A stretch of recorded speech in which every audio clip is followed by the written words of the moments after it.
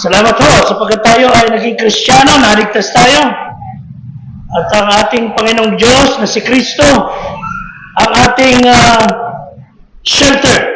Tayo natin tumayo. Buksan niyo Bible sa Acts chapter 2, verse 1. Muli po, thank you for coming. And I expect everyone to be here, 2:30 mamayang hapon. It's going to be a very special day para sa ating anniversary. Katuwang po namin kayo lahat na makasama. Please join us.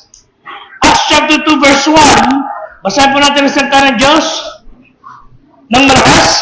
Amen? Begin.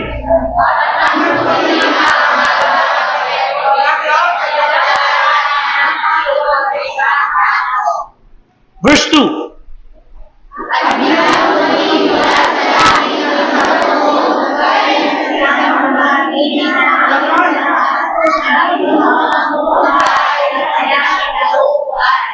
Salamat po tayo magsilpo. Pagpalain ng Ama, ang kanyang salitang nabasa, ang biyaya ng Diyos Ama sa langit ay sumayin nyo sa pangalan ni Kristo ng ating Diyos at tagapagligtas. Amen. So we are so happy to see faces na kasama natin noon, ngayon, nandito sa church. Masaya po kami na nakita-kita tayo. Of course, sa ating mga bisita, sa ating mga kapatid. Alam nyo, you know how to make us happy? Be in church every Sunday. Malaki yung kalakasan na binibigay nyo kapag kayo nasa church lagi. I'd like to speak on the subject sa verse 1. Tingin po yung dalawang phrase dyan. Nakakatipon sila sa isang dako. Kung mabasa niyo po sa English, hindi po sinabi, doon ko gusto makita yung talata, all with one accord in one place. One accord in one place. Masyadong significant yung portion yan dahil you might be in one chord in different places. You might be in one place pero not in one accord. But this time, itong mga Kristiyano ito, yung First Baptist sa Jerusalem, they were all in one accord. Nakakasa sila all in one place. Amen? And that place, of course, particular na lugar, doon sa kanilang church doon, but it refers to some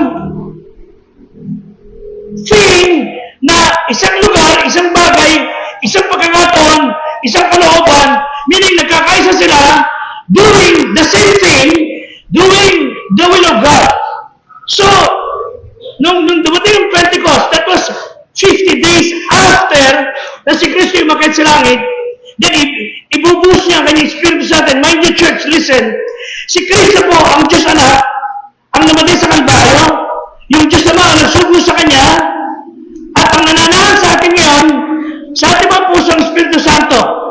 Diyos Ama, Diyos Anak, at Diyos Espiritu Santo, isang Diyos, tatlong persona. Amen? So, ang kumikilos sa ating panahon is the Holy Spirit. Again, the same Jesus, the same God, the same Creator, resides in us through the Holy Spirit. Ang tanong ko, nasa inyo na ba ang Holy Spirit? Nakatira na ba sa inyo ang Banal na Espiritu? Pag siya nakatahan sa inyong buhay, that means kayo Kristiyano at kayo ay nagbabago ng buhay. So again, be here, mamaya hapon, the choir will sing, later mamaya, the choir will sing a very good song entitled Changed. So they were all in one accord, in one place.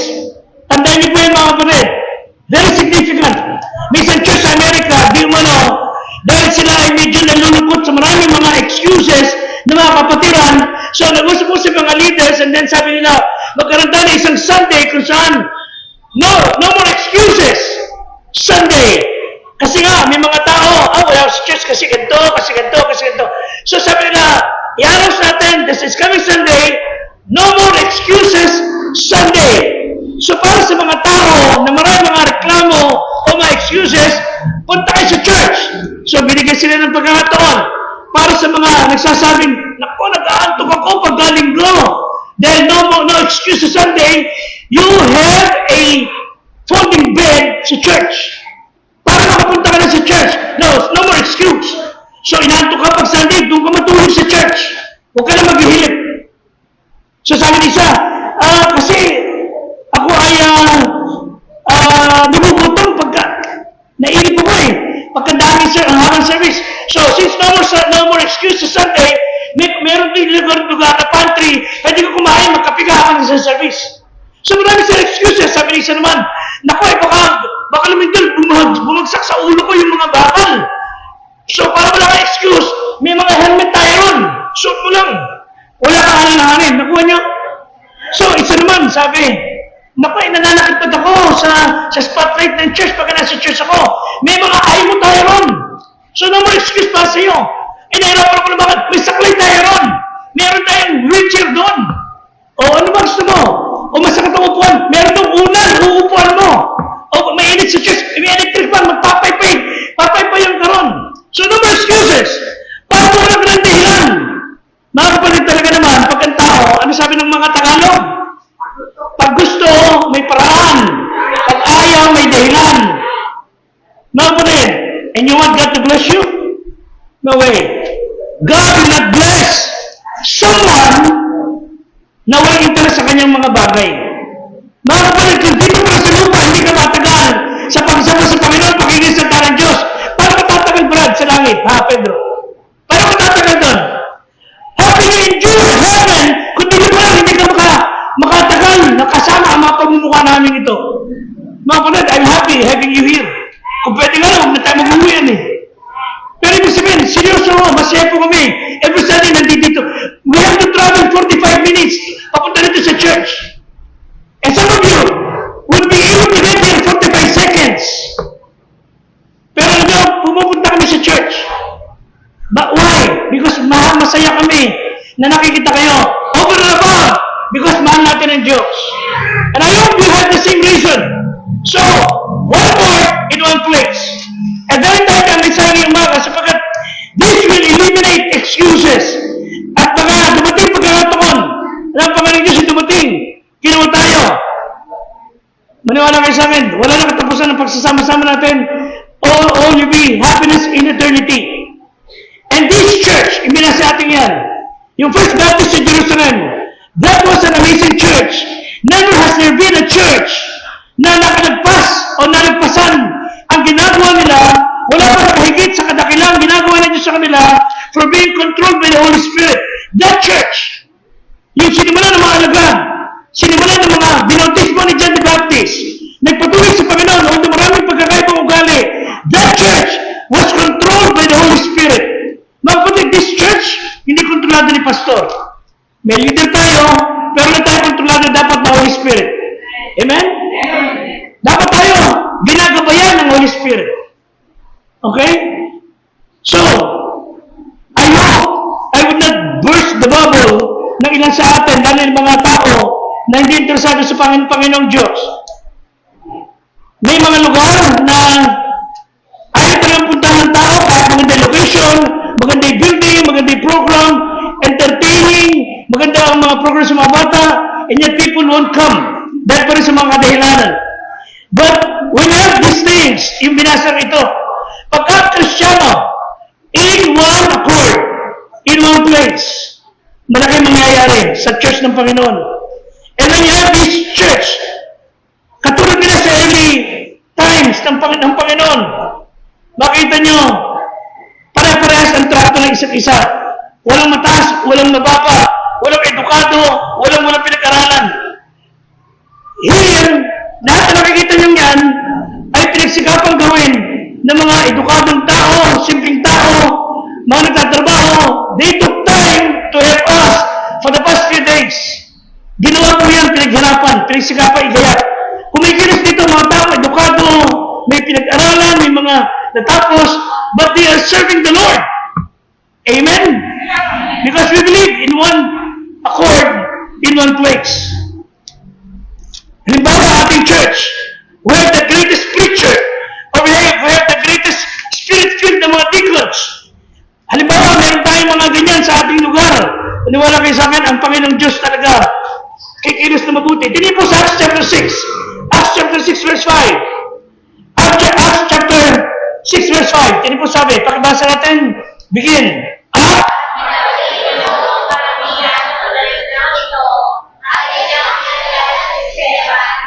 Puspos ng pananampalataya at Espiritu Santo. Okay?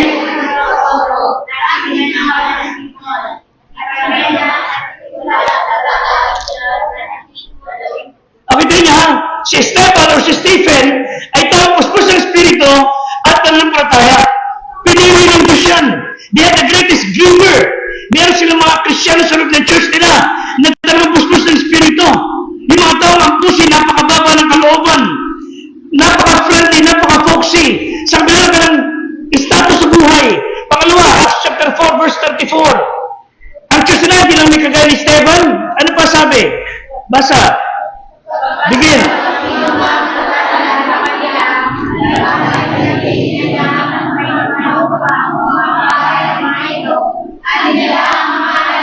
You see, they have people in their church who are givers. Ano sabi? Walang mga kailangan. You know what? Kasi isang kapatid, pinagbili yung kanyang lupa at yung mga bahay at nila yung pinag-sinishare.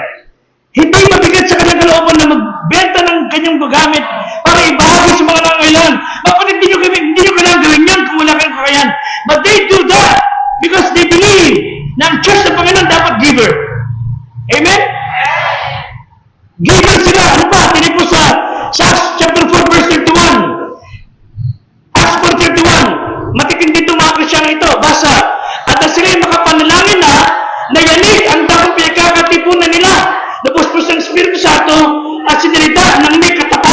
ang salita ng Diyos. Church, ang iglesia yun ng Panginoon, yung Baptist Church na yun, may mga tao puspos sa Espiritu, tundo ng panalangin, matindi ang pananampalataya, matindi ang pagkakaloob sa kapwa mananampalataya, mapagmalasakit, ito pa, matindi sila mag-pray. Nananalangin sila. At nung nananalangin sila, nilito ng paligid. Amen? Sobrang galing ng church ng Panginoon na yan. Ito pa, chapter 4, verse 24. Chapter 4, verse 24. Okay, basa. At sila, ang kanilang marinig ito, na magkakaisang itaas ang kanilang mga tinig sa Diyos. Nagsasabi, O Panginoon, ikaw na gumawa ng langit at ng lupa at ng dagat. They all, amen, praying to one God, Panginoon, ikaw may-ari ng lahat. Isa pa, chapter 2, verse 41. Nung sila, lahat ng yan, may katangian ganyan, ano nangyari? Chapter 2, verse 41. Ano nangyari? Basa. Ngayon nga, nagsitanggap sa kanyang salita ay nabautismohan. Hey, church, ang naging Kristiyano, nagpapabautismo. Amen. At nung sila nagpabautismo, ano sabi? At nangaparagdag sa kanila ng araw na yun. Ilan? 3,000, church. Amen. Matapat sa pananangin, mababang kalooban, mapagmalasakit, puso sa pananampalataya, at marami tayo nakakilala sa Panginoon. At sila ay nagpatuloy kay Kristo. Ano sinasabi ko sa lahat ng yan? Wala pang church ang nakalagit sa ginawa ng Diyos sa kanilang lugar. And that would happen again, that may happen again if this church would be in one accord. Kung magkakaisa tayo sa kalooban ng Diyos sa ating church. Dalawang bagay, hand close. What made them great? Bakit sila naging dakilang iglesia ng Panginoon? And that's not referring to other churches. That church is a Baptist church. Kagaya sa ating ngayon. Itong church na ito, naniniwala si Kristo Diyos. Amen? Naniniwala ang Diyos, isang Diyos at ng persona.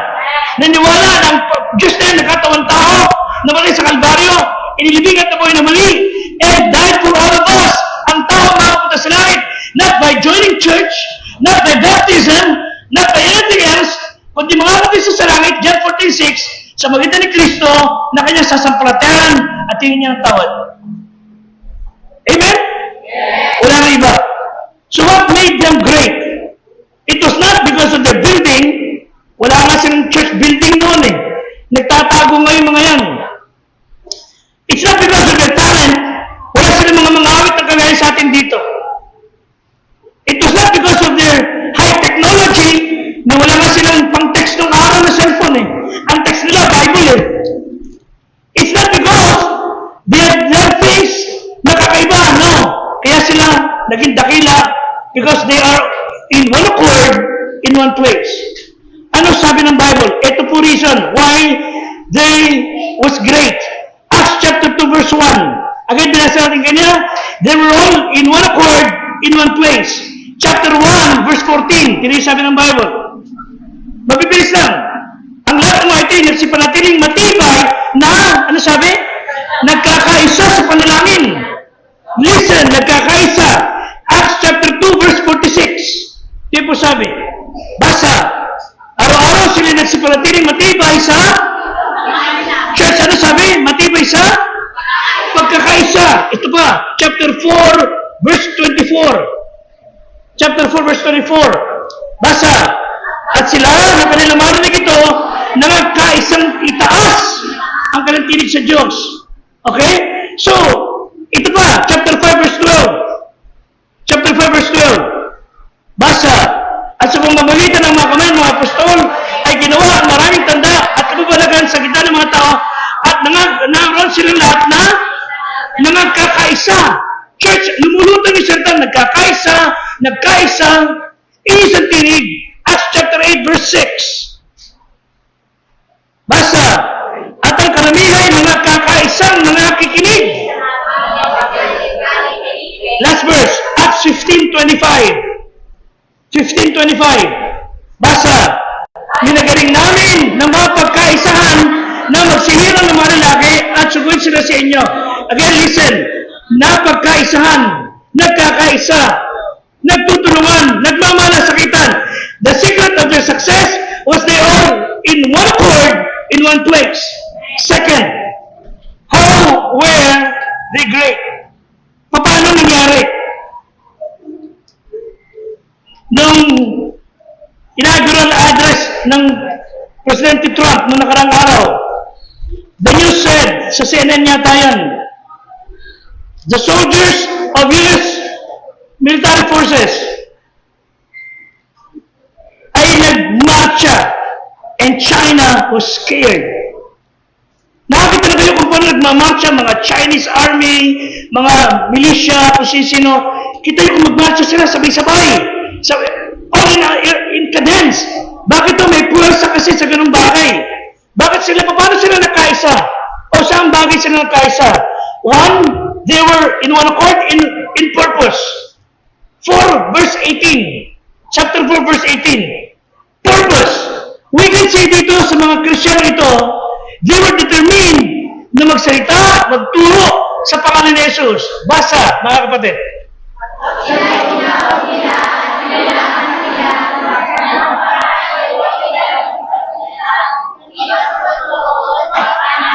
They were called. They were warned. At binantaan sila, huwag kayong mga ngaran magtuturo sa pangalan ni Jesus. Mga kapatid, pagka ginawa nila yung panong yan, mamamatay ka. Pero nyo, patuloy pa sila nag-pray, patuloy pa sila nag-preach, patuloy pa sila nag-proclaim. They have one purpose. Church, anong purpose mo? Ba't kayo buhay sa lupa? Anong purpose ninyo sa inyong buhay? Anong layunin ng Diyos? Ba't kayo pinatiling buhay? Pinabot sa ganito edad. Anong layunin ng Diyos sa inyo? When you discover that purpose, mga kapatid, question nyo. Ngayon, ang average na Kristyano sa church, hindi ako ba sila sa church? Ayaw to God, alam nyo, pag tinanong kayo, ba't ka na sa church? Ba't ka ba sa Baptist Church? Di ba sa mga bago, pero matagal natin, ano ang dahilan mo, ba't ka na sa church?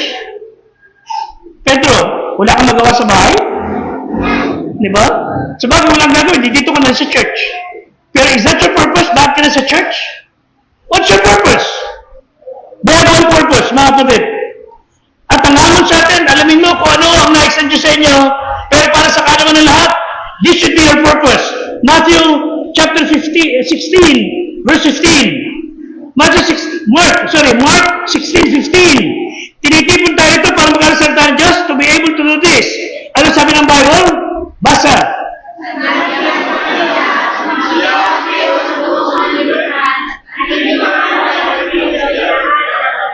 Go into the world and preach the gospel to every people. Ipangaral, narito sa church, para malaman ang gagawin, para ipangaral ang ebanghelyo. Para matuto natin ang pangangaral ng salita ng Diyos. So kailangan malaman natin, mga Kristyano, na kaya kayo narito to learn more of God's Word so that you will be able to share. Ituro na si Kristo Diyos na katawang tao. Yung 10 salita, Jesus died, or Christ died for our sins and rose from the dead. 10 salita, Christ died for our sins and rose from the dead. Si Kristo namatay para sa ating mga kasalanan, nabuhay ng muli mula sa mga patay, at nais na kanyang tanggapin sa langit kung kayo ay magsisisi ng kasalanan. That's all there is, not church membership. Pwede kayo maging member lahat ng simbahan and still die and go to hell. Pwede kayo maging member ng Baptist Church and still die and go to hell. Ano pag-asa mapunta sa langit? Ang tayo magsisi ng kasalanan sa pagdahil si Kristo bilang tagapagligtas. Ginawa ko yan 40 years ago. Bagong buhay ng marami. Ang gagawin ng tao sa palataya si Jesus. Church, your purpose here is to learn God's Word and tell others, Jesus loves you, He died for you, and He rose from the grave. And He wants to save you. Ano purpose ninyo? Ano ba ba't lang na fast foods? Yung maraming mga kinakainan natin? Why fast foods? Why? Dahil mabilis ang bigay ng pagkain doon. Pero hindi na fast food. Pipila ka sa mga kainan doon, abuti ka na matagal. Lalo pag may senior ka pa nakasama. Hindi na fast food, slow food na. Kasi yung fast food, pagpunta mo, ay nakagad. Ngayon sa dinamit-damit nila kung ano, mga recruititos, bumabagal sila. So the purpose of having fast foods, na-defeat. Maraming ganun bagay. Nagsimulang tama, Pero pinayagan niyang kumilos ng kaaway. Naabala siya. Paglinggo, dati nakasetkan punta sa church. Pero laging may abala ang Diablo. Pinaparaan. Finally, nawala ka ng interest sa Panginoon. Wala ka na pag Sunday. Nakakalungkot. Dapat ang Kristiyano, pag Sunday, walang inintindi kundi church. You know why? Sabi sa Matthew 6:33, Ipos 11 ng Bible. Gusto niyo pagpanayan ng Panginoon? Matthew 6:33, basa.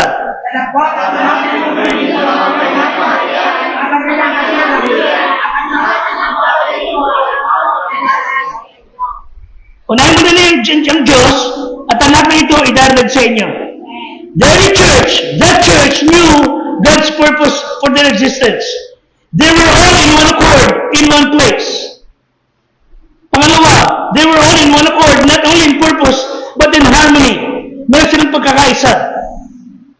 Meron ditong, nung araw, yung panahon namin, siguro yung mga nakakarinig yung mga tatay natin, yung Lone Ranger ba?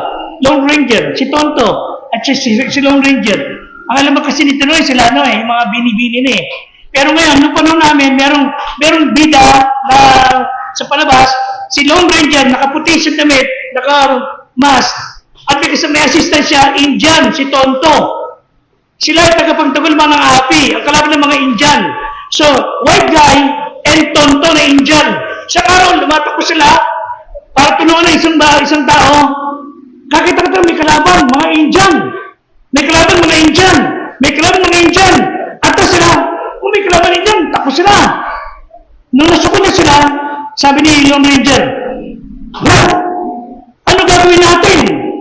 Sabi nung Indian, anong natin? Indian yata ako. Ano ibig sabihin? Mapagkakitikat, iniwan ka? Nag-iisa na lang siya? May mga tao, kasama lang sa gaya. Pero pagkahirap na, nalayasan ka na. And that happened sa mga Bible characters din. But they were in harmony. Nagkakaisa sila, nagdadamayan, nagdadalamatian sila, nagmamalasakitan sila. Remember, a church that does not walk together, that does not stand together, will not survive. Ang isang pamilya na nagkakawatak-wata, away-away, hindi magiging matibay. At ang Diyos gumawa ng dakilang bagay sa kanila because they were in one accord and in one place. Walking and standing together. Pag hindi tayo nagkakaisa sa isang lugar, sa isang kalooban ng Diyos, we will not be able to stand and walk together. But we will stab each other's back. May God help us. Verse na lang. Amos 3 verse 3. Amos chapter 3 verse 3. Ano basa ng mga kapatid? Basa. Begin.